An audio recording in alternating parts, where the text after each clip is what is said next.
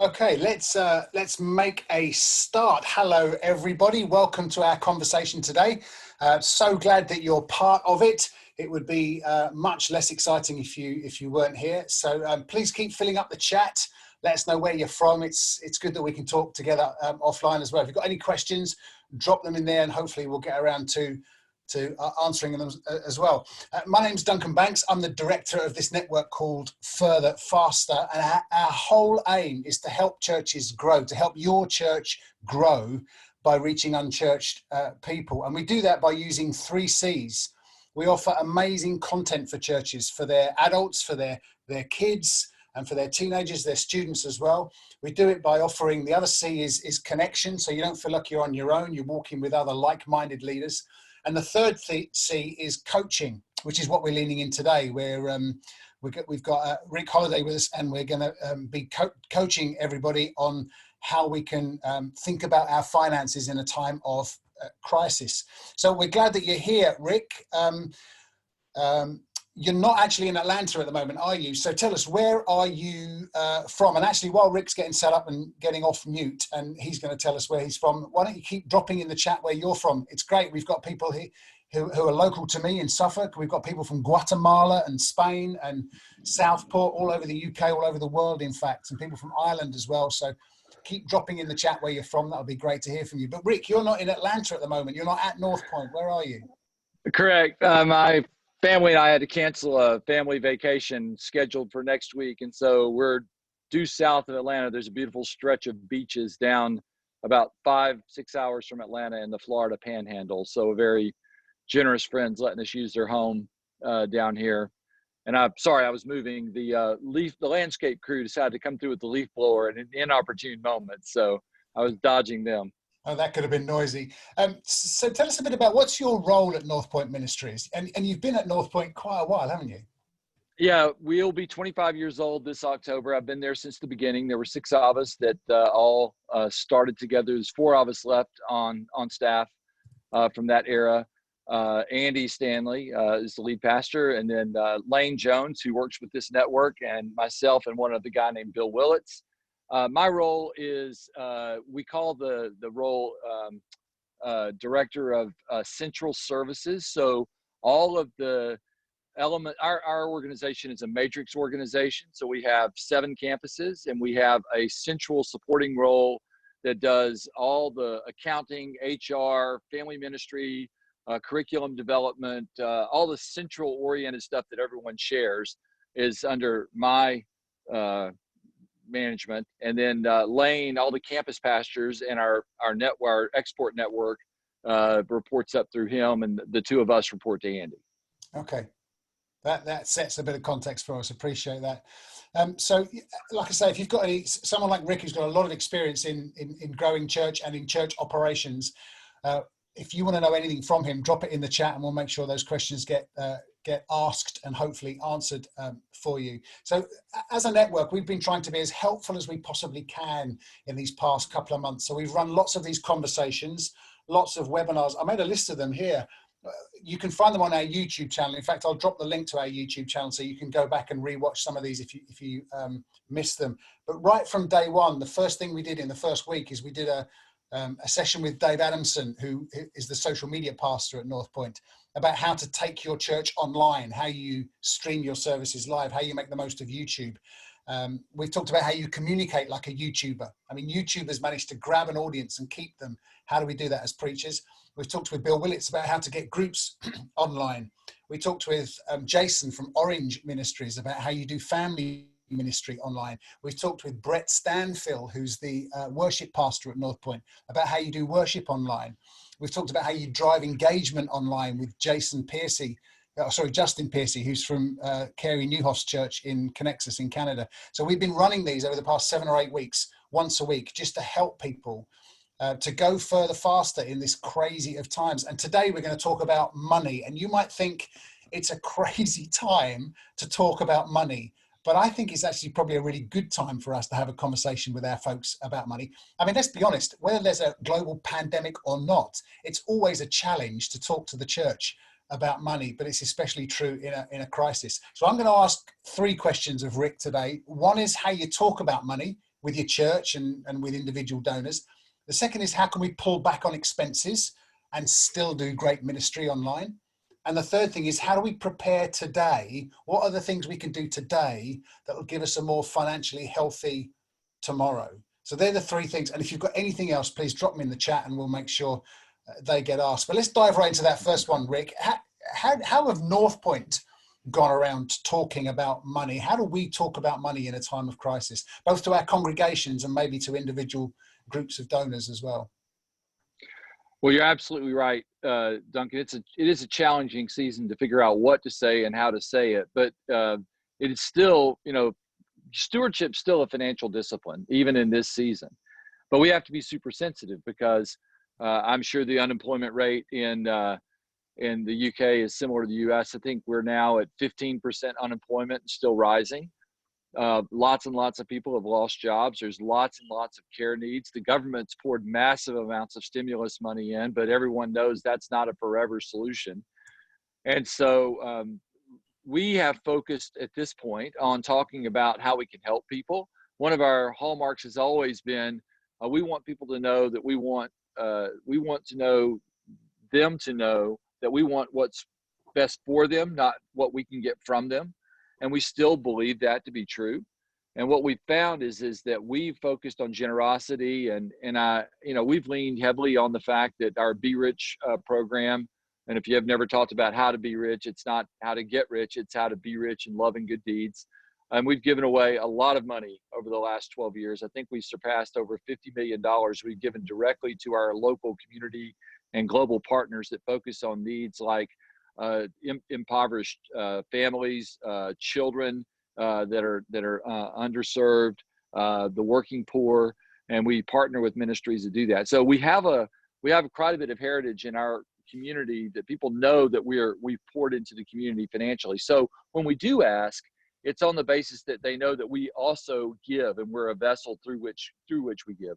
So I would say the primary hallmark of what we talk about is in our Sunday services, we show gratitude. We thank people. That's really where we remind people that we are built on the generosity of people that attend and are engaged in our church. And then our asks are probably more geared toward areas where we have people that are engaged and probably not in the Sunday facing environment, because we're always cognizant of the fact that there's a significant number of people that are not inside the faith that are present on Sunday morning, and our messaging about giving is completely different with insiders than it is from outsiders. So that's so you have to be a little bit nuanced in how you ask. The other guiding principle I would say is the more information that people have about our organization and the more engaged in our organization are, the more specific we can be with an ask. And so our volunteers, our people that have really plugged into our ministry, they understand the context of us sharing how we're doing financially and where our needs are. Whereas we have to skip past the perception of for an outsider that, pardon the language, but people outside the faith, that we're just trying to get in their pocket and we're just reinforcing the stereotype that that's what ministries do. And so we're careful how to balance that. We've been a little bit light on asking at the moment, and but we are moving into a season where we will reinforce our needs. But we've also fared decently well during this season, Duncan. It's really odd. And I don't know how your churches are, but it's not inexpensive to run our model of ministry with great children's programs, great student programs, great environments. And when we're not meeting on Sundays, our expense model drops pretty dramatically. And so for us, our expenses have dropped. Our income's off a bit from our forecast, but our income drop is actually being outstripped by our expense being lowered. So we're actually in a slightly more favorable financial position than when we started this whole thing. Now, that won't last forever, but it is something that we're experiencing at the moment. To this point, we've not had to lay off staff, but we've had to make some difficult choices about what we're doing, what we plan to do in the future. And we're starting to have conversations now about what have we learned in this season. I know we're going to talk about that in question 3, but and how might that impact staffing and long-term expense, solutions. So I would say, so all that to say, it's okay to ask. It's just be careful who you ask and how you ask. And I would say the more specific the ask should be with the people that are most committed to you, most engaged in your ministry, even some of your larger donors. There are people that have gone through this whole thing, I won't say unaffected, but less affected than others. And then we have whole segments of the population. I assume it's the same in the UK as it is here.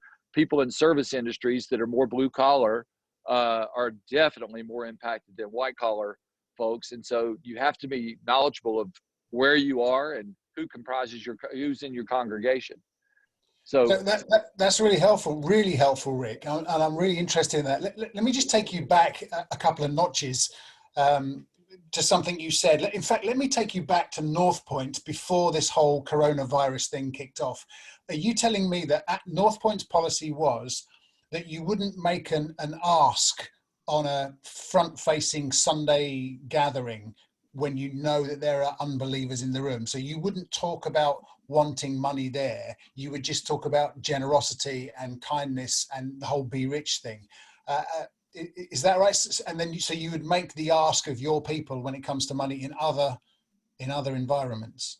And let me say that is generally to mostly true. There are specific exceptions. For example, if we're going through a capital campaign where we're going to build a building and have a very specific need, we might make a general ask there because most unbelievers understand the need for raising money for specific facilities, that sort of thing.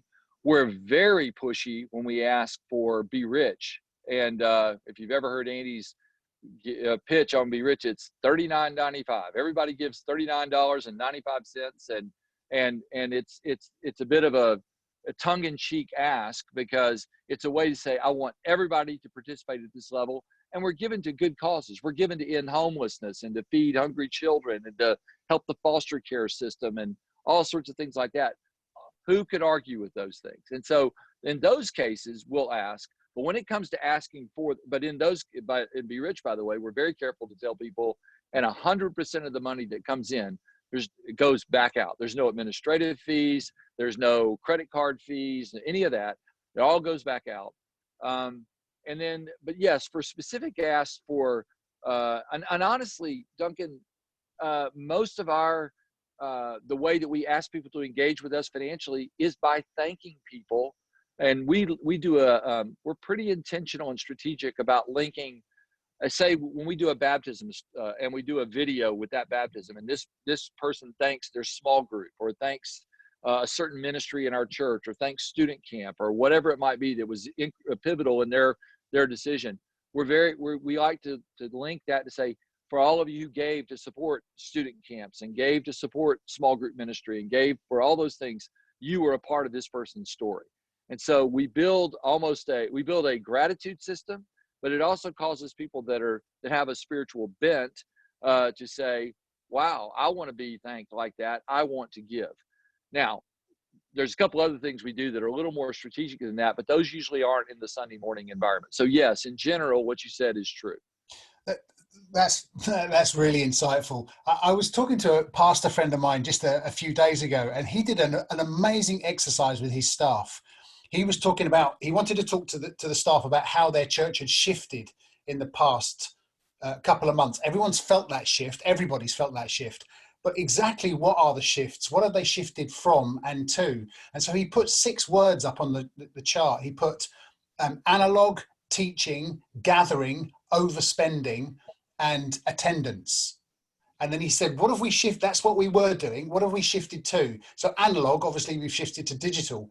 Teaching, we've shifted more to equipping people. How do you cope in this tough situation? Gathering, we've shifted more towards connecting. And attendance, obviously we can't attend, so it's shifted towards engagement.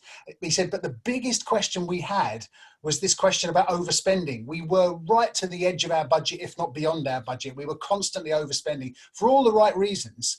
And we couldn't figure out what we'd shifted to. And we kept coming back to it and coming back to it. And he realized actually they hadn't shifted, but what he wanted them to shift towards is exactly what you were saying.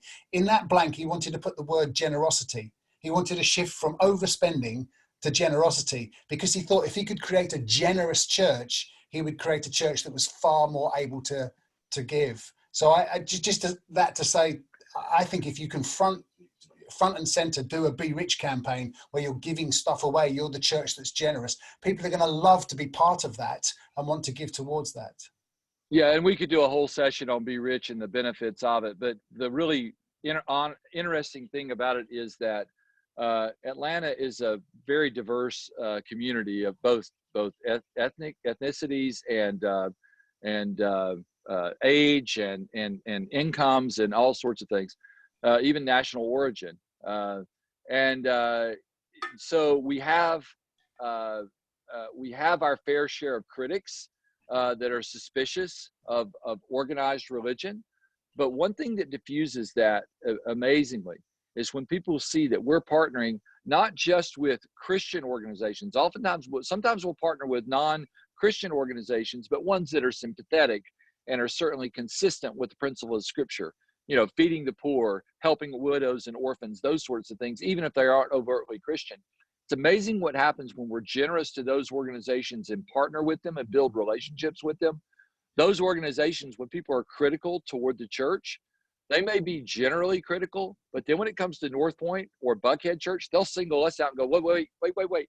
Don't lump them in there with them, because look what they've done for us. And it's actually helped us tremendously. We've had a significant number of civic leaders that have partnered with us and are favorable to us, even though they may not be believers, because they know that we're sympathetic to the same cause that they're sympathetic to. And then one thing I did, remind me to throw in one more thing. Well, on the teaching side, I didn't want to say we never talk about finances, because we do believe that how you handle money is a spiritual discipline. And so I don't want to say we never talk about it, but when we talk about very targeted ways. Whereas either every once in a while, for example, I think you've got a resource there that Andy did a year or so ago.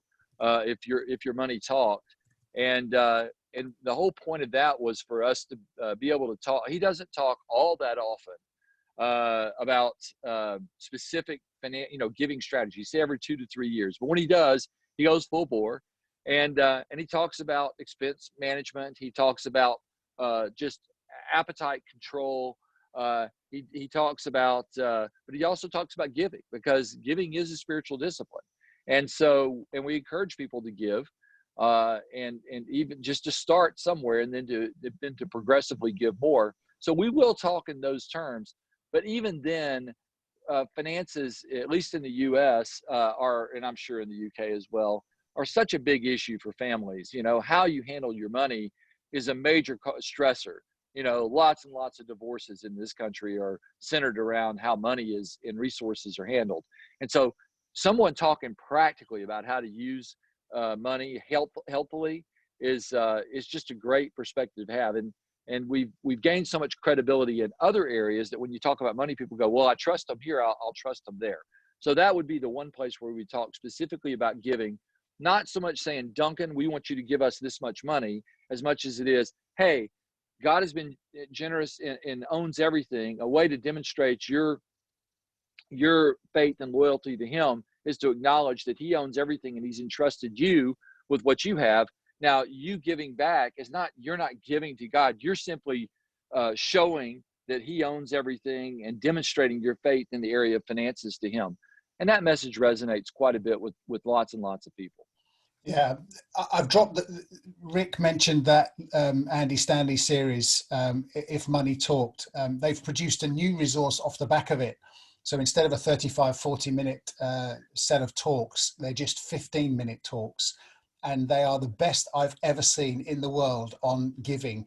And it's if you want to know how you can talk to people who are believers and people who aren't believers about this subject, you need to watch that. So I've put it into the I put it into the chat there, and it's the kind of resource I think that you can show on a Sunday morning in your online services. It's that it's cleverly done. It's Andy doing a piece to camera, but the crew, the editing crew, have put brilliant, fun graphics that pop in and out and go around it. It's incredibly engaging.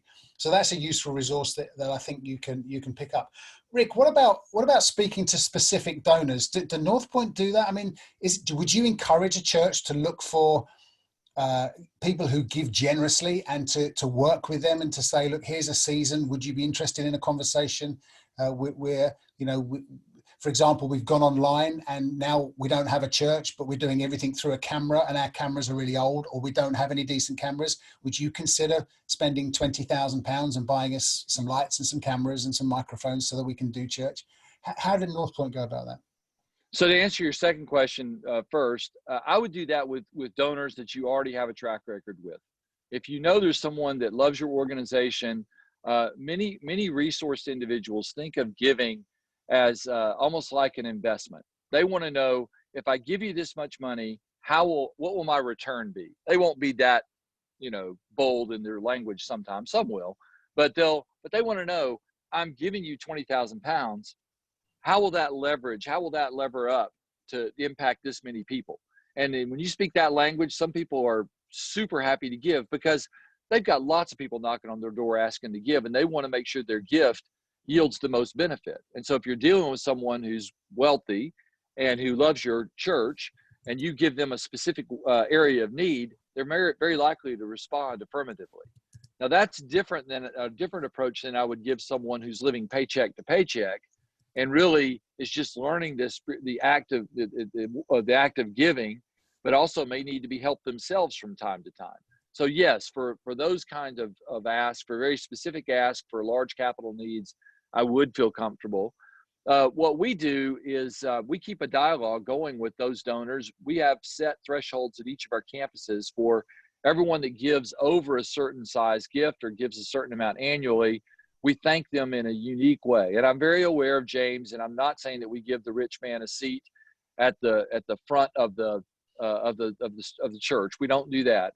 But we do thank people because some people's spiritual gift is giving, and we want to thank them for that. Many of them are anonymous and say, please, it would make me angry if I found that someone knew that I gave this much money to the church. That's not why I did it. We're very careful to tell them only a very small number of people understand who knows how much they gave.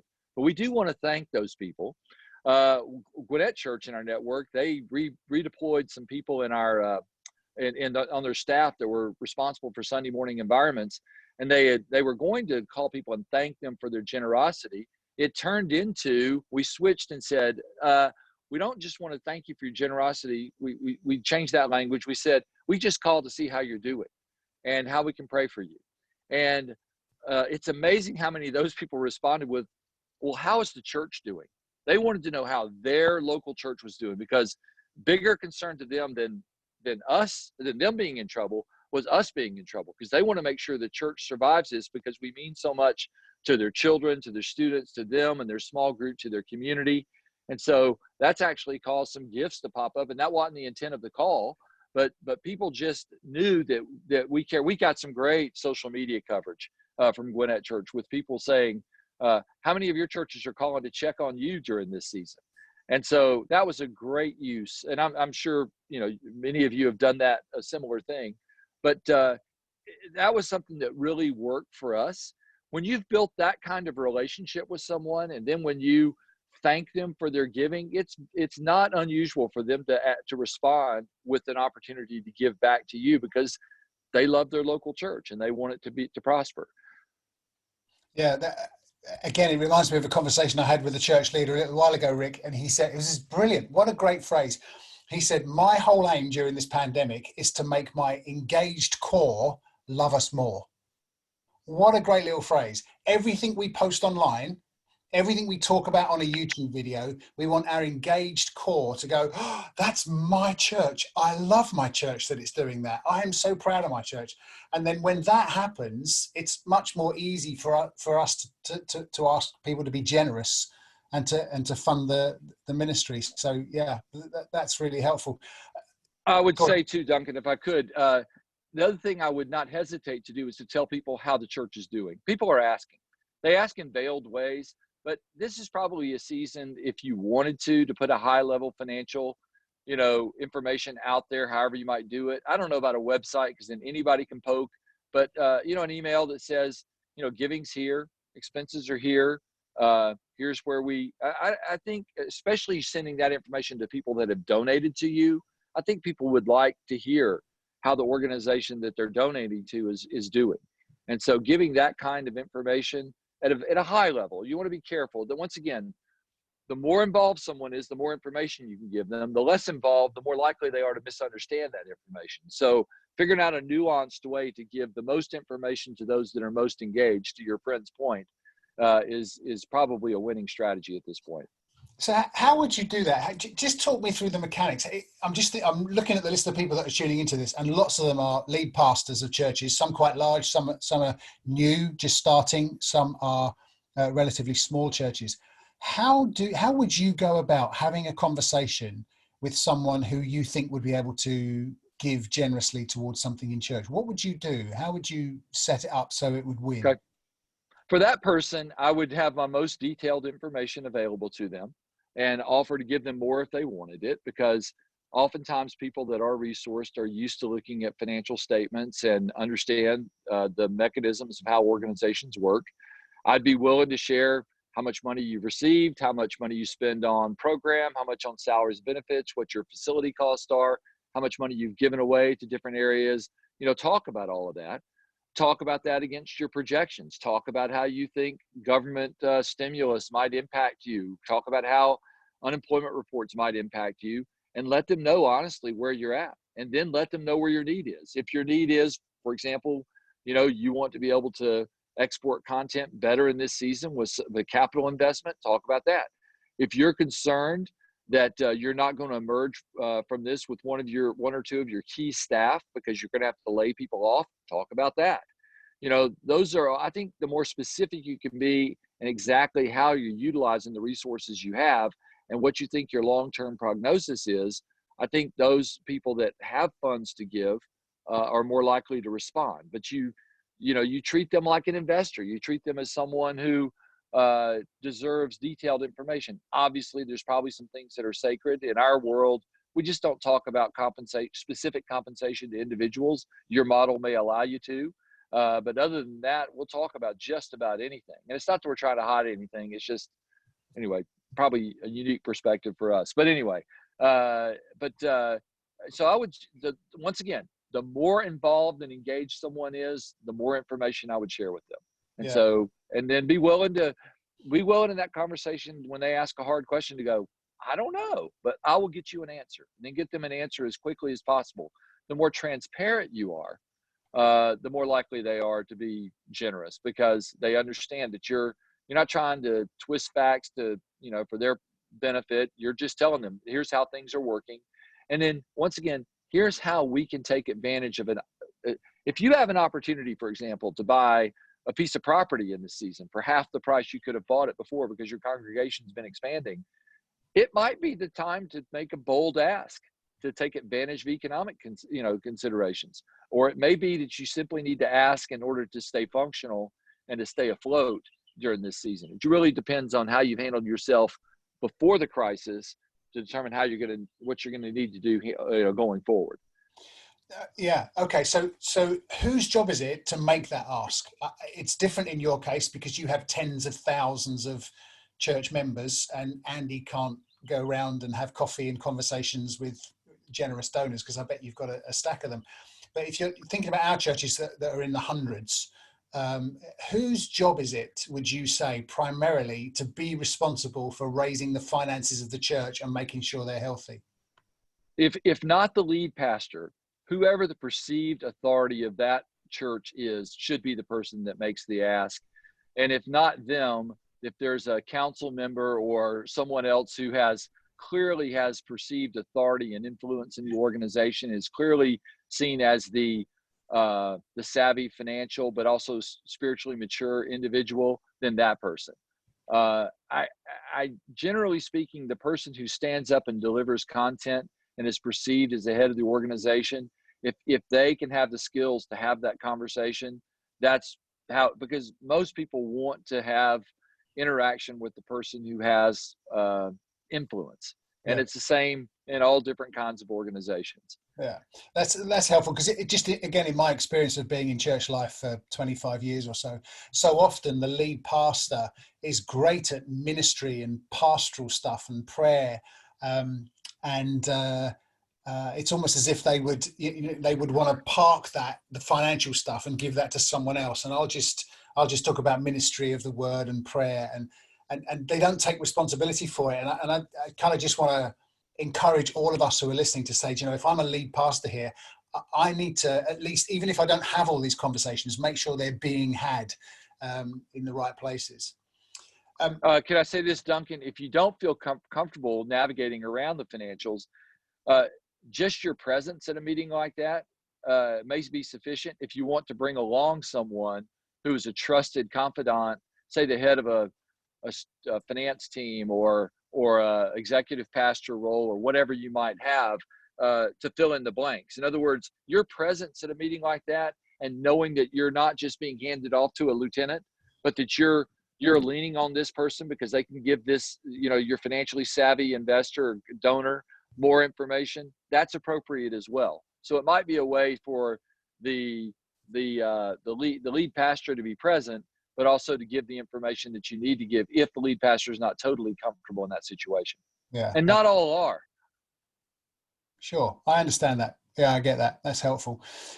Rick, I asked the question in the chat a little while ago about whether churches were doing online giving or not. And it seems that most churches are doing online giving. I know that for some of our churches, they're just about trying to set it up, or they're not sure how to go about it. We had a conversation earlier, Rick, and you were talking to me about the churches that are doing online giving compared to those that weren't in this particular season. Speaking to that a bit? Sure, of course.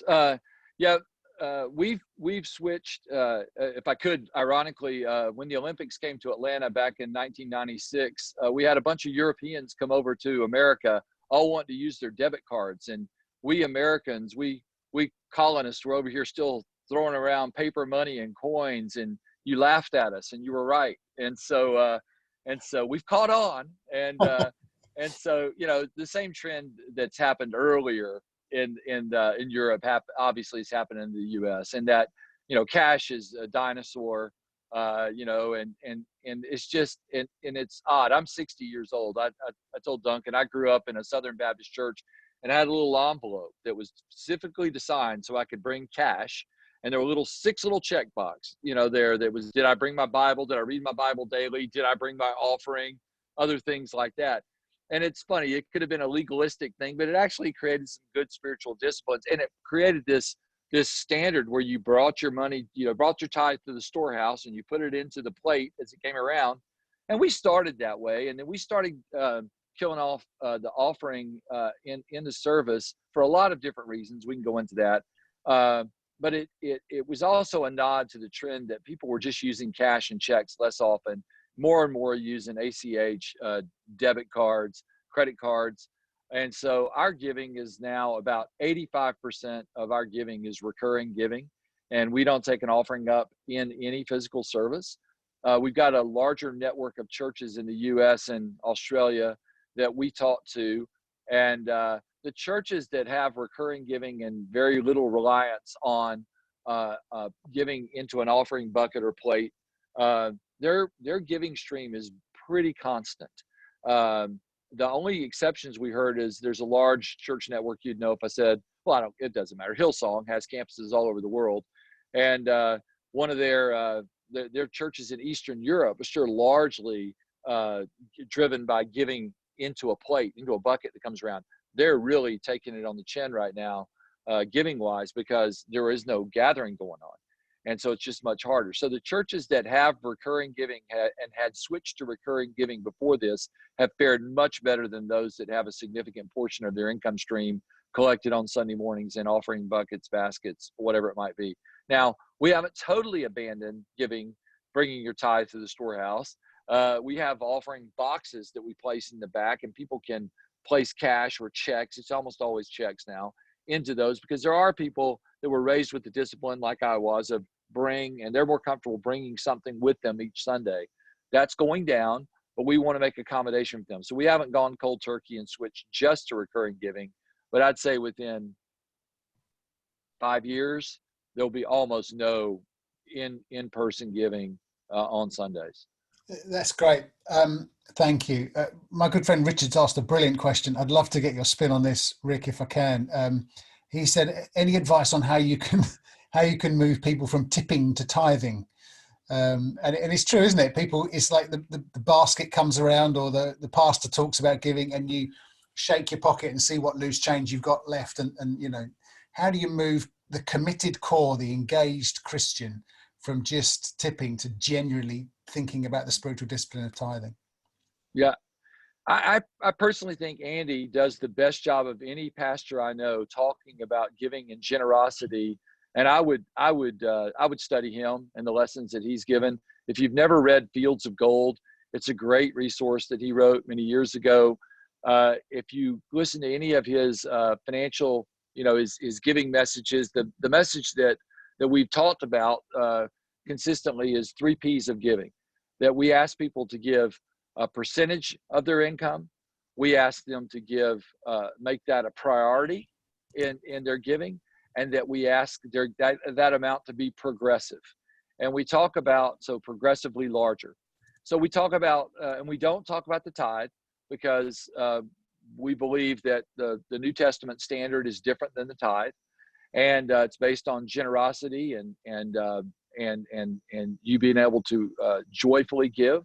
So we ask people to start somewhere. We acknowledge that many of us grew up with the tithe to give away 10% of our income, but by the way, to sit in a sales pitch for Fields of Gold or any of this is, if we can give away any of these resources, we will. We're not trying to sell resources here. But we ask people to start somewhere. If you want to start at 1% of your income, which may be considered a tip, but at least it's a start. We found that the hardest transition for people to make is from giving nothing to giving something. Once people are giving something, then going up to giving more is easier. But going from nothing to something is difficult for a lot of people. So that's the percentage part. Priority is that you make this a priority, that your giving's a priority above and beyond all the other luxury things that you have in your life.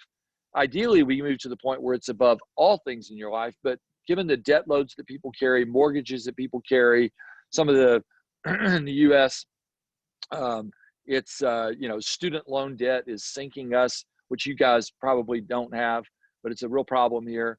But giving in front of all of those is making it prioritized.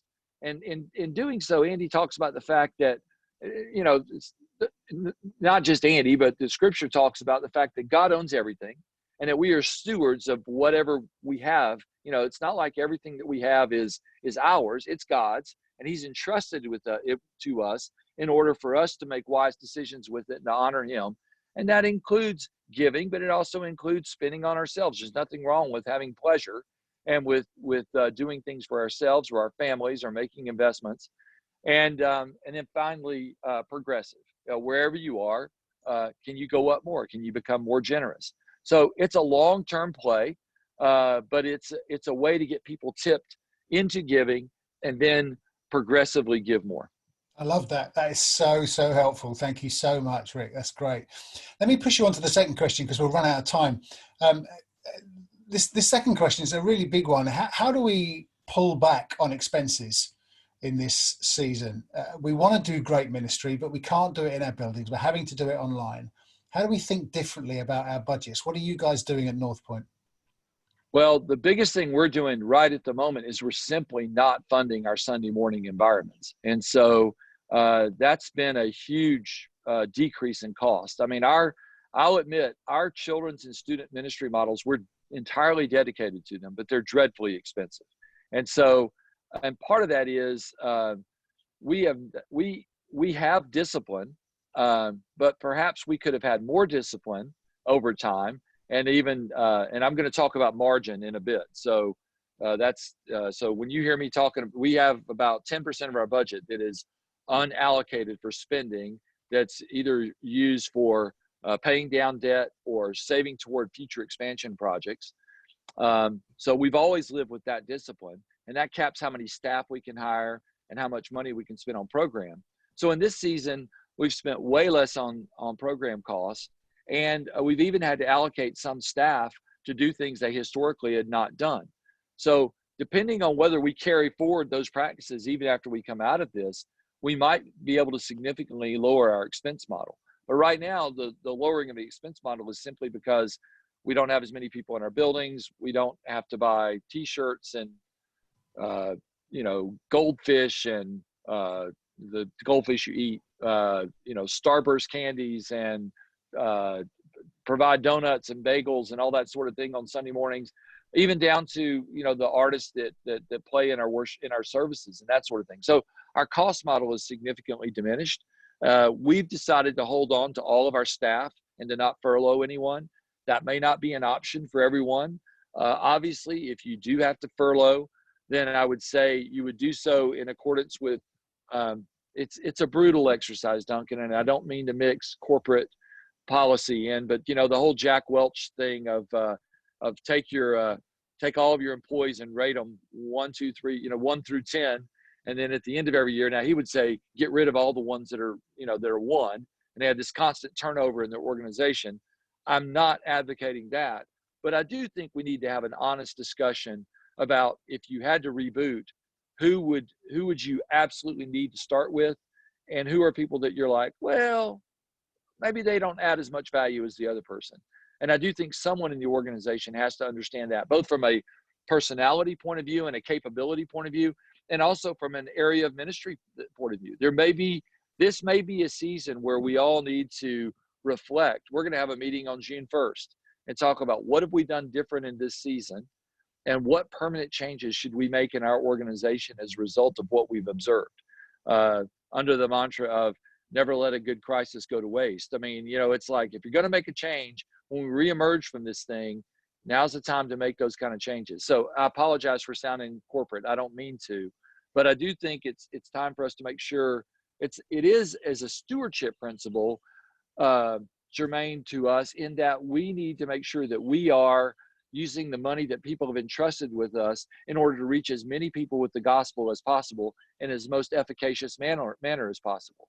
And so if there are programs that we've carried on, and largely we've not changed since the Great Recession, since 2000, emerging in 2010 or so, largely our practices have been the same. It's time for us to take a fresh look at what we're doing and figure out, do we need to reallocate some money or some people or some practices in order to be more effective stewards of the money that we've been given by folks.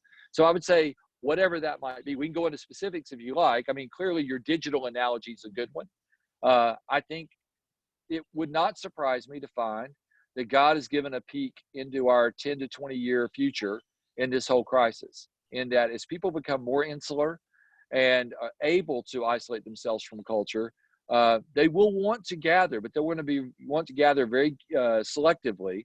And this whole idea of our services being online, the resources we offer for parents being online, what we offer for all sorts of different ways, might be ways for us to reach out into our community in a more effective way than expecting people to come to our buildings to worship. And I'm not saying we should abandon physical worship. We should not.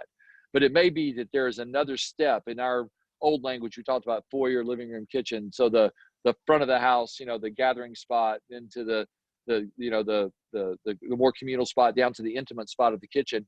It may be that we've introduced a pre-foyer element with our digital services that reach out to people in their homes and allow them to check us out before they decide to actually start to engage with us. So I think if we can think of the practices that we've adopted now, how do we extend those in the future and not just go back to normal whenever normal returns, probably is a good thought exercise to have in your churches. That is such an insightful, and so I can see everybody writing down answers to what you said, or writing down what you're saying so they can start thinking about how it works in their context. Such an insightful, helpful answer. And I think it works at a macro and a micro level. So I was talking, we have these, as part of our network, we get all our ministry leads together on call groups like this, and we have conversations about how we're doing. So it's that whole connection piece with like-minded leaders. And I was together on a Zoom call with all our worship leaders. And one of the worship leaders, or the service programming guys, was saying, you know, while we're online, how can I bless my team? I don't have any budget. So how can I do great things for my team and show them that I still love them? And I said, you know, when you met on a Sunday morning, was there bacon there and breakfast and coffee? And he said, yeah. And I said, what was the budget for that? He said, it was about £50 every Sunday. I said, well, you're not spending that, are you? So you've got, in a sense, still in your budget, you've got £50 that you can spend on sending stuff around through the post from Amazon to all your team. And he came back to me later on. He said, you know what we did? We decided that I would find out exactly what their favorite snacks were. And the next time we had an online meeting together beforehand, I sent them all their favorite snacks and said, don't open it until 2 o'clock on Tuesday when we meet. And everybody opened it online and went, oh, it's my favorite crisps, or it's my favorite candy, or whatever it might be. And it created a lovely sense of atmosphere and care, and very cheap as well. And so I think there are different ways of looking at things in this era that we need to embrace. Yeah, and those all scale differently. For example, as I'm watching, as we're doing this chat or this talk, I love the chat that's coming up. And for this size group, being able to use this functionality of chatting while you're talking to add and supplement to questions to the conversation, and that someone, the moderator, can then look back at the history of it and can then go back and do follow up, is a brilliant way to use this venue. However, if you scale this up to 100,000 people on the call, it becomes chaos, right? Fights start, you know. So you've got to think about what works in which venue. But for example, a smaller church up to, I don't know, 200 to 400 people watching online, asking questions while things are going along, having a follow-up, a breakup, or a follow-up conversation to say, hey, some of you asked some questions. If you want to chat about this, we're going to have a follow-up conversation right after the meeting, have a time for a bathroom break, cup of coffee. You know, that might be a great way that you wouldn't normally do in your church gatherings. You might, but you might not. And so there, who knows what kind of insights there might be as we really start to ask tough questions about what do these new environments look like? Not just necessarily the digital ones, but the way people have gathered in social distancing ways. For example, our student ministry right now is we've noticed a decline in Zoom calls like this because it's hard to keep 14 to 18-year-olds attention looking at a video screen, other than if they're shooting people, which is another whole talk.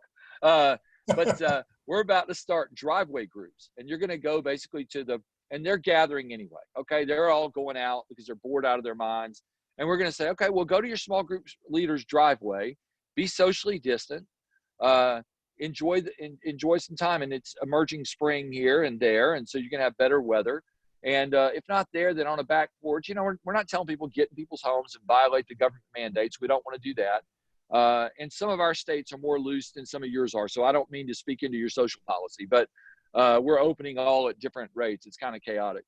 But there's just, if you start, you're all smart people. As you start to ask questions about, well, what opportunities can we take advantage of? What trends are we seeing?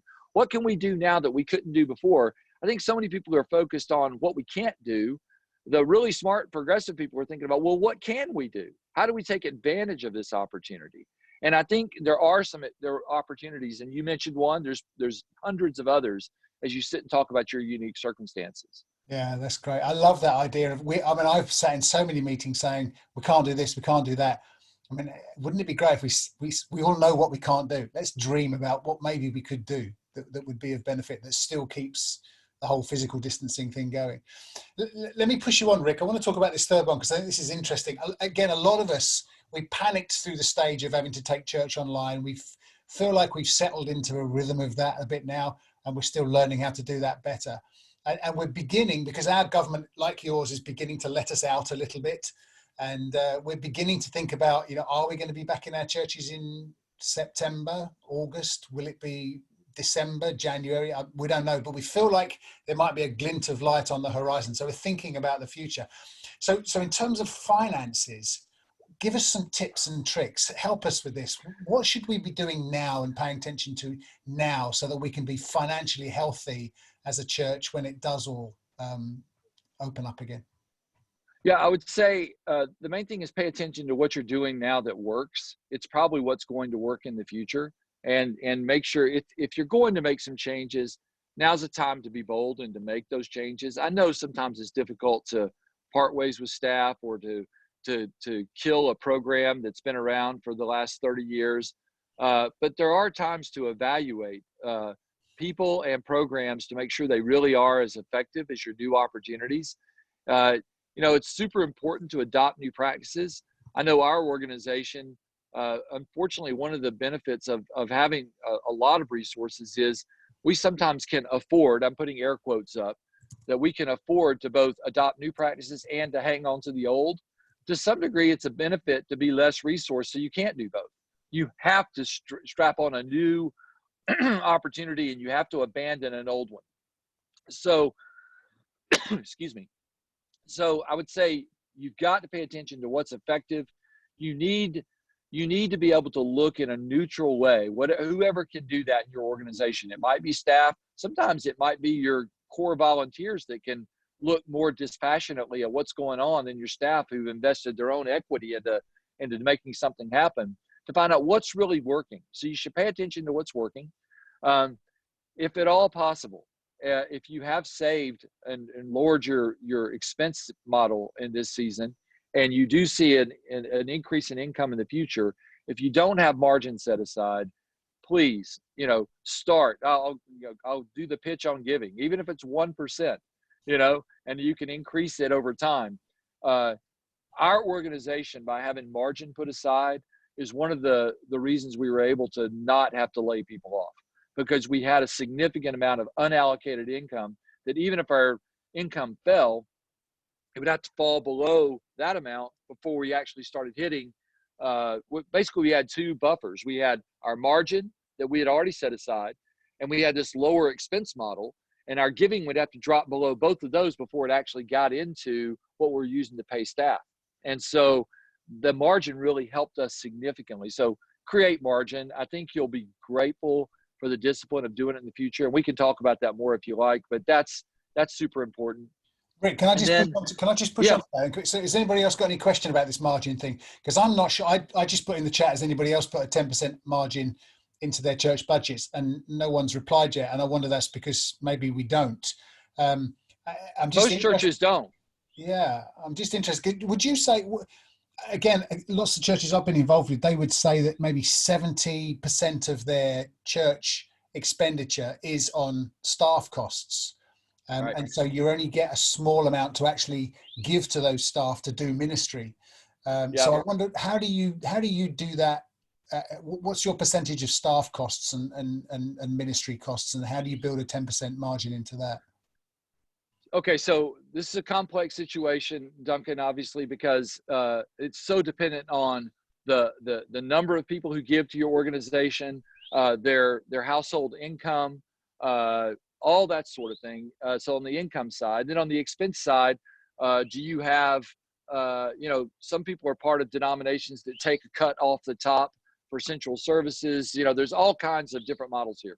So for us, what we've historically done is we've kept our salaries and benefits, and we've self-regulated them to be no more than 45% of our income. So we try to stay between 40 and 45% of our income for salaries and benefits. I would say in the U.S., the average for churches is about 50%. Probably the most growing Sunday morning focused, fairly light children ministry, fairly light student ministry models are probably in the 30% range. So they have loads of money that other people spend on salaries and benefits available to spend for other things. Then for us, all the other buckets add up to the other, to 90%. We give away about 10% of our revenue to foreign missions. This does not include the Be Rich program, but to benevolence, all that sort of thing. And then the Be Rich is a separate offering that all the income comes in and all goes out over and above. And then it varies by church, but I would say. And the other thing we do is we have very little debt. We have no debt, and so we pay for all of our buildings as we go along, and so that helps a lot. So we don't have mortgages and capital. We have capital replacement costs for electronics, that sort of thing, but not for buildings. So most of the other cost is for the upkeep of buildings though, and then obviously our programming costs. So I don't have the numbers right in front of me, and I would say somewhere the program cost is somewhere in the 20% range. The capital upkeep for the buildings is in that 10 to 15% range, and the giveaway money is about 10%. So that's roughly the spread. I would say probably the difference with the church that has a 70% salaries and benefit is the program cost is much, much lower than ours is. That's usually what gets squished. And so if I could, reverse engineer anything, I'd lower the salary and benefit component, and I would probably bump up slightly the program model and also create more margin. Now, all that's, there's a lot, it's much more complex than that, right? Because there's how many staff do you need? What do you have to pay them in order to keep them? What's the cost of living in your area? So it's a very fluid situation. But matter of fact, if you have access to it, I actually did a talk in the last Drive session. Drive is a conference that we do in the States. And I think it's available, and you're fine with me if you want to circulate it, about actually how to build the model and the actual numbers that we use. And I think I gave out a load of resources. I'm fine. You need to talk with the partner network, but if that's a resource that would be helpful, and I'd be glad for you guys to use that if it's helpful to you, if it translates. Yeah, that's really helpful, Rick. I'll look into that. It might be on the partner site. I'll look into it and see if I can get it around for everybody and the resources that go with it. That's great. So we've only got a couple more minutes left. Anybody else got a question they want to throw in for Rick before we leave? Now's your chance to do it. But just remind us then, Rick, just give us that kind of headline on what you've just said about building a financial, doing something now today that's going to help us to be healthy tomorrow. Yeah, look at what's working. Look at what you can. Look at what's not working historically. Be honest with who is being most helpful in this season, or at least what positions. What opportunities do you have that you want to take advantage of, and how do you fund for those? And I think really it's a matter of and most people have a sense of, if they look in the last 5 years, apart from the coronavirus, changes that they're like, I wish I could mess with that area if I could, but there's lots of reasons why we don't, right? There's political reasons, there's interpersonal reasons, there's just trend and legacy issues, there's board governance and all that sort of thing. But I think being honest about what's working in this season and having a real honest conversation about what do you think the future looks like and what opportunities do you want to take advantage of is super healthy in this season. So, I would just be and if you've observed, like, for example, we spend way too much money on food. It's funny you mentioned food. And I'm like, why do we do this? And it's almost like, it's like, well, we feel like we need to do something. But I don't think anybody's gone through the value equation of saying, well, does it really add as much value to our volunteers as we think it does? And so I think having honest conversations with our volunteers and our staff about what really works and what doesn't work. And I remember during the Great Recession, we had conversations like that with our key volunteers, and they gave us several suggestions of, like, you do this, don't do that anymore. It doesn't matter to us. We were in the habit of sending out Starbucks gift cards, and it almost came across as if we were trying to pay our volunteers, and we could never pay them for the value they add. And they were like, to be honest with you, it's kind of insulting. I know you're trying to be thankful, but we've already decided we love our church, and you're thanking us for something we want to do anyway. A handwritten note means way too much more to us than a Starbucks gift card. That's powerful. That what you've just said there is powerful, because what we want to be able to do, especially in this season, isn't it? We want people to know that we care for them and love them, and they're working hard on our behalf. And so on the one hand, we're sending emails out saying financially we're right on the edge, and on the other hand, we're sending out Starbucks gift cards. And they think, well, if you're financially on the edge, why are you sending me a Starbucks? And you want to love people and be generous to people on the one hand, but on the other hand, you're trying to be prudent with the money that you've got. It's a really difficult, because you don't want to be a stingy church, and you don't want a volunteer to think they've never done a kind thing for me, and I've been serving here for 2 years. Well, another thing is you want to show excellence in what you do. It's super important to show excellence. So that line between excellence and financial stewardship is a really difficult one to watch and to balance. And so showing people that and I think you can do that by saying, yes, we value getting the best gear that we can afford, but we also value getting the best price we can for it. That says we want to do well, but we also need to do, we need to do it with expending as few resources as possible. Once again, the average casual person who attends your church twice a year may not notice that. Your key volunteers, who most likely are your most generous donors, do notice things like that. So I would say communicating with them in this season is super important. Maybe, just maybe that takes us right back to where we started. Wouldn't it be excellent if you knew of people in your church that had the resources right now? Wouldn't it be excellent to go to them and say, would you support us? We want to bless our volunteers who are working their socks off right now. We want to buy them some Starbucks gift cards or whatever it might be. And we reckon it's going to cost us, £400. Would you be generous to do that? And then you can say to people, hey, we want to be generous to you. And this hasn't cost the church anything because someone has generously donated it. Exactly. The way around it. Yeah. Absolutely. Yeah. Rick, I need to let you go because I know you need to get your Speedos on and get down to the beach and go for a swim. We're grateful that even on your vacation, you've taken an hour of your time to bless our pastors. And I'm really sorry that everybody now in the UK has got an image of you in your Speedos going for a swim. It's a disturbing thought, Duncan, I must admit. Well, I hope to see. I told Duncan before we got started, I love the UK. And my wife and I enjoy visiting. I hope in a future event when we can all travel again to get to meet all of you in person. Thank you for all you're doing. Thank you for shining the light of the gospel into the lives of people that really are hurting right now and need it. And I'll just be praying for you guys that you make extraordinary leaps in your ministry models to reach people for Jesus in ways that are new and fresh. And it's our incredible honor to be able to partner with you guys. We love and appreciate what you're doing, and any way we can help, we want to help. Wow, Rick, that's very special. Thank you so much. And as Rick said, if there's anything I can do as the director of Further Faster here in the UK, please hit me up, get up in my grill, as the kids say, and I'll do all that I possibly can to serve you the best that I can. And we'll keep having these conversations. We've got one next Wednesday at 11 o'clock with your colleague, Rick, with Lane Jones, who has been there for 25 years as well on the executive team. And Lane's going to talk to us about how you guys are beginning to think about future church. So that's 11 o'clock next Wednesday. And we've got some more conversations planned for early June. So I'll keep you up to date. I'll email you out, and we'd love you to go on this journey with us and see where it takes us.